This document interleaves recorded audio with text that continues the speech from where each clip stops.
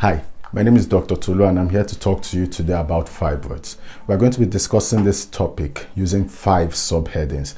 The first is, what are fibroids? After that, we'll discuss the possible causes that increase the risk of having fibroids. The third subheading we'll be using is to talk about the symptoms and the signs of fibroids. What are the things that a woman sees in her body to make her suspect that she might have fibroids? Fourth subheading, which is how fibroids are diagnosed. And then the fifth thing, the treatment for fibroids. After fibroids have been diagnosed, what are the possible treatment options available to the woman? And if you like what I have to say, I want you to hit the subscribe button, hit the like button, drop a comment for me. Let me know if this video was useful to you and what I can improve on in this video. All right, guys, without much ado, let's proceed. So the first subheading we're going to be discussing is, what are fibroids? So fibroids are tumors, and they are tumors that grow in and on the uterus. Now, because I've said tumors, a lot of people might start getting worried. Fibroids are non-cancerous tumors. They are growths that are made up of the muscles and connective tissue of the womb. One unique thing we've realized about fibroids is they tend to affect women of reproductive age, commonly between their 30s and their 50s. 2 out of every 3 women develop at least one fibroid in their lifetime. In fact, some studies put it at about 80% of women at some point in their lives will have a fibroid. But many of these, thankfully, do not show symptoms, and it does not affect their lives in any negative way.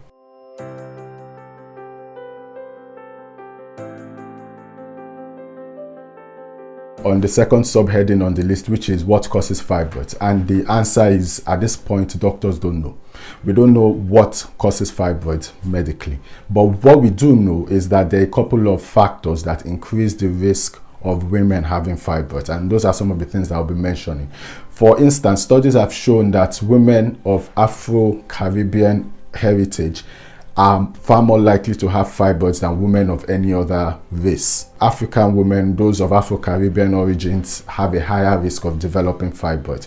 Then we also realize that fibroids tend to affect women during their reproductive phase of their lives. That means when women are of childbearing age, they tend more to have fibroids. And so we suspect that the reproductive hormones which prepare their uterus to hold a child, these hormones may also be leading to the growth of fibroids. So while these hormones are beneficial to the child, they may also be beneficial to the growth of fibroids. And we've also realized that when many women have a drop in these hormones, especially during menopause, it leads to the shrinking of these fibroids. There are a couple of other risk factors, right? For instance, we find out that if a woman has maybe a first-degree relative like her mom, if her mom had fibroids, then that increases her risk of having fibroids.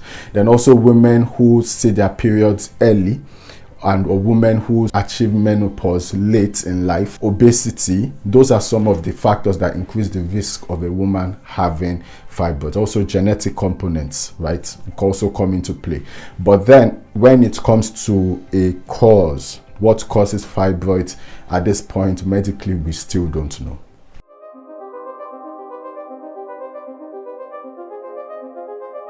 And that brings me to the third on my list, which is the possible symptoms and signs of fibroids. Some of the common signs that women usually see in their bodies to make them suspect that something is going on here is, for instance, heavy menstrual bleeding.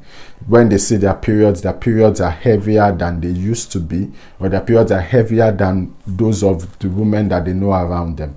Apart from heavy periods, they may also notice that their periods are longer than they should be. For instance, they usually have periods that are 1 week long or even longer. Other symptoms they may have include pressure symptoms. These fibroids may put pressure on some of the organs around the uterus, and this can cause symptoms like constipation. This can cause symptoms like difficulty passing urine, or even when they pass urine, they feel like they've not completely passed out all the urine, feeling of incomplete voiding. Some people with fibroids also notice that they may experience painful sex when they have sex. Other symptoms that they may experience include pelvic pressure or pelvic pain. And some women who have fibroids also experience pain in their legs or back aches. So these are some of the common symptoms and signs. But I would also like to say at this point that many women who have fibroids don't have symptoms. They have almost no symptoms. Some have no symptoms at all, and so they live their lives normally without the fibroids causing any problems for them. Now, moving on to the fourth thing on the list, which is how do we diagnose fibroids? Now, if we have a woman who is experiencing some of these symptoms, signs, what she would most likely do is to go see a doctor, which is the right thing to do. Because what the doctor would do is take in a clinical history, ask questions, especially questions around the symptoms and signs, questions around whether there is a family history or genetic predisposition to having fibroids.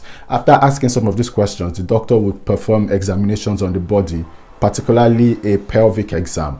Now, depending on the size and the location of the fibroids, because fibroids are of all kinds of sizes. I mean, there are fibroids that are so huge that they even push into the rib cage and can cause some problems or difficulty with even breathing, right? But those, luckily, are not very common. Some of the other tests the doctor may want to do is to run some scans called an ultrasound scan.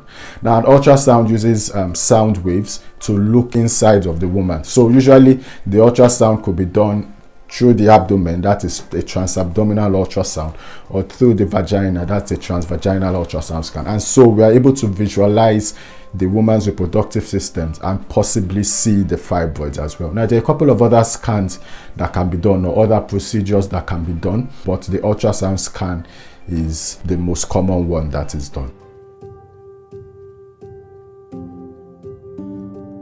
And so we move on to the fifth thing on the list, which is probably the most important, and that is how do we treat fibroids? And these are some of the things that influence the type of treatment that we use. Where are the fibroids located? How many fibroids are there?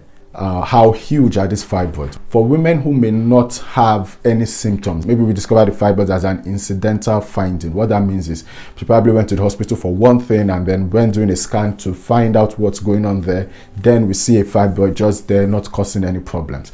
An incidental finding like that, what we usually do in such cases, especially if those cases don't cause any symptoms or signs or discomfort, is that we practice what we call watchful monitoring or watchful waiting with people who are asymptomatic. Now, for those who may have symptoms, but based on the judgment of the doctor, he does not think that maybe this person has gotten to a point where they need surgery, or maybe this person can still be managed with medication. For those sorts of people, we manage the symptoms. For instance, we could give painkillers to help if there is any pelvic pain or pressure caused by the fibroids. We could also give birth control pills to help to regulate periods in those that may be experiencing heavy bleeding due to the fibroids. And then for those who, maybe due to heavy bleeding, now have low red cell levels or something we call anemia, we could give iron supplements to help to boost their red cell level. Now, another thing that we consider when it comes to treating fibroids, so we have to ask,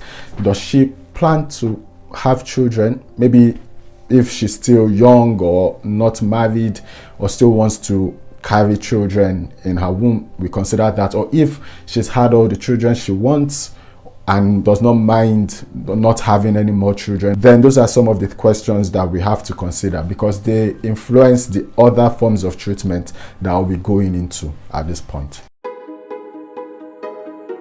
Over the last couple of years, we've made progress in terms of treating fibroids. So I'm going to classify the rest of the treatment I'll be discussing this way. The first is procedures to shrink the fibroid. Then another thing we consider is procedures to remove the fibroids. When we talk about this, we are talking about myomectomy. So it's the kind of surgery that we do to remove the fibroid. So what we do in those kinds of cases is we locate where the fibroids are and then we remove them. Now, one thing about myomectomies is the fact that we've removed the fibroids does not mean that fibroids may not grow again, because it's one of the common things that happen with fibroids. The last form of treatment we consider, or it may even be the first, depending on the unique circumstances surrounding the woman's future plans. For instance, take a woman who has maybe had all the biological children she wants. She could decide that she doesn't mind having her womb removed, and this is a procedure called a hysterectomy. Now, a hysterectomy is the only 100% cure for fibroids, and here is why.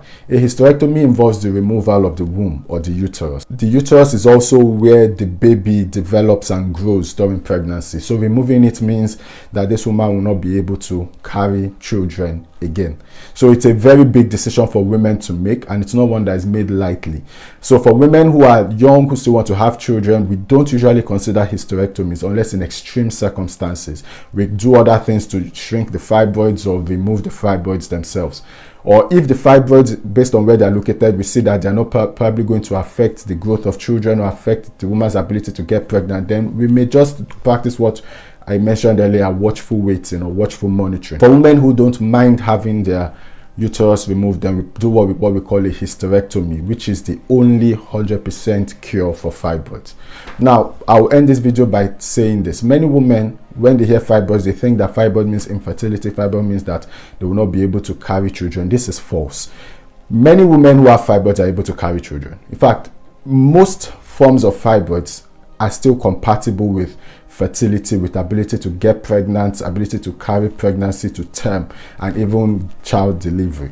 So people thinking that because the fibroids automatically means infertility, that is not true. And I just want to say this at this point in this video. So guys, thank you for watching this. I hope it's been very useful and educative. If you liked what I had to say, hit the subscribe button, hit the like button, drop a comment for me. And also, most importantly, share this video with those who have questions about fibroids, who are worried that they may have fibroids, or who know that they have fibroids and are wondering about the different possible treatment options available to them. Thank you guys for watching. Bye.